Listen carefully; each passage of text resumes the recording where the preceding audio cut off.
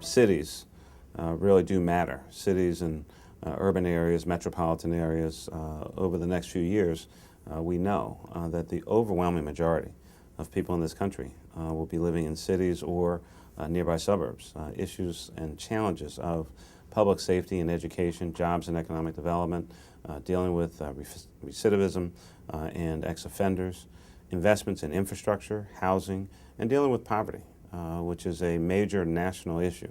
Only the federal government can take on some of those challenges and utilize their resources, which, last I checked, they actually do print the money. There are so many bridges, roads, highways that the city nor the state have anywhere near the resources that are required to keep that critical infrastructure at the appropriate level. And again, that's where the federal government can play a tremendously strong role. It helps to put people back to work. Those kinds of building programs and projects literally give people a skill set that they can go on and take care of themselves, but they are good wage-paying jobs, good family-raising jobs that allow you to take care of yourself, and that's why the feds are so critically important.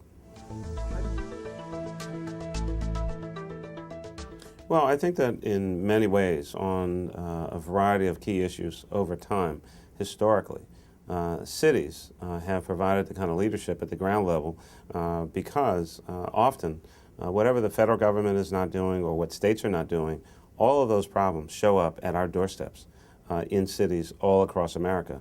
And so cities have been forced to be as innovative as possible, using limited resources to make things better in our own communities. Well, it's certainly not my position to offer advice for Senator McCain, given that I'm a good Democrat and I'm supporting Senator Obama. Having said that, Senator McCain can talk about whatever it is he wants to talk about. I think the challenge of leadership is the ability to reach out to as many constituencies as possible. If you're running for mayor, governor, president, member of city council, county commissioner, whatever the case may be, I think our main charge in public office is to serve everyone in our constituency, regardless of party, regardless of race, regardless of class, or whether you think people are going to vote for you or not. This segmentation, this isolation by constituencies, I'm only talking about these 4 or 5 things because I only want to appeal to 51% of the public in order to get myself elected, I think is short-sighted and does not allow for the kind of full representation that all of us as Americans deserve. And so I think that if you box yourself in, if you limit what you can talk about because you're worried about political constituencies, I don't think you're much of a leader. I believe in public service. I believe in our party.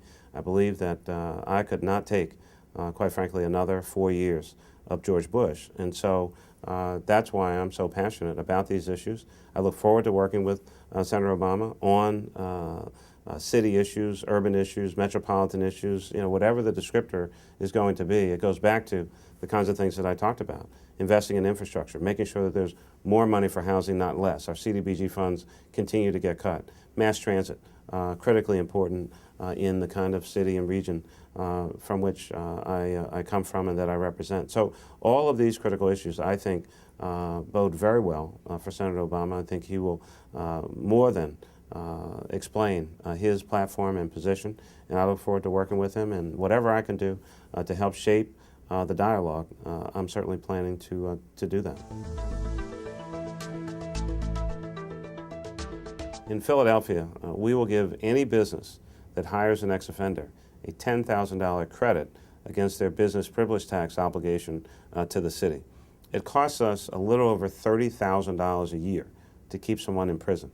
It seems to me you don't have to be a Wharton professor to figure out that spending $10,000 to keep someone in a job is better than $30,000 keeping them in prison. Not only are we saving money, I think more importantly we're saving lives.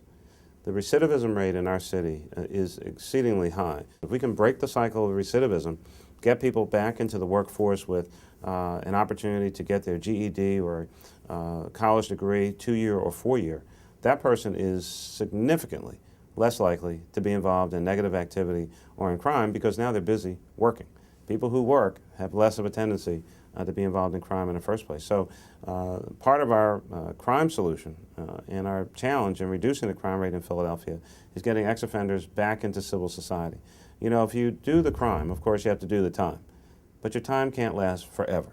And once you've done that time, you have to be able to get back into civil society. And there are so many jobs that are blocked because a person may have a previous criminal record that it should not be a wonder. If you can't read, can't write, can't get a job, poor housing, and bad friends, it should not be a mystery that that person might end up back out in the streets doing the one thing that they have the opportunity to do, don't have to take a test, don't need any particular skill set to be out on the corners selling drugs.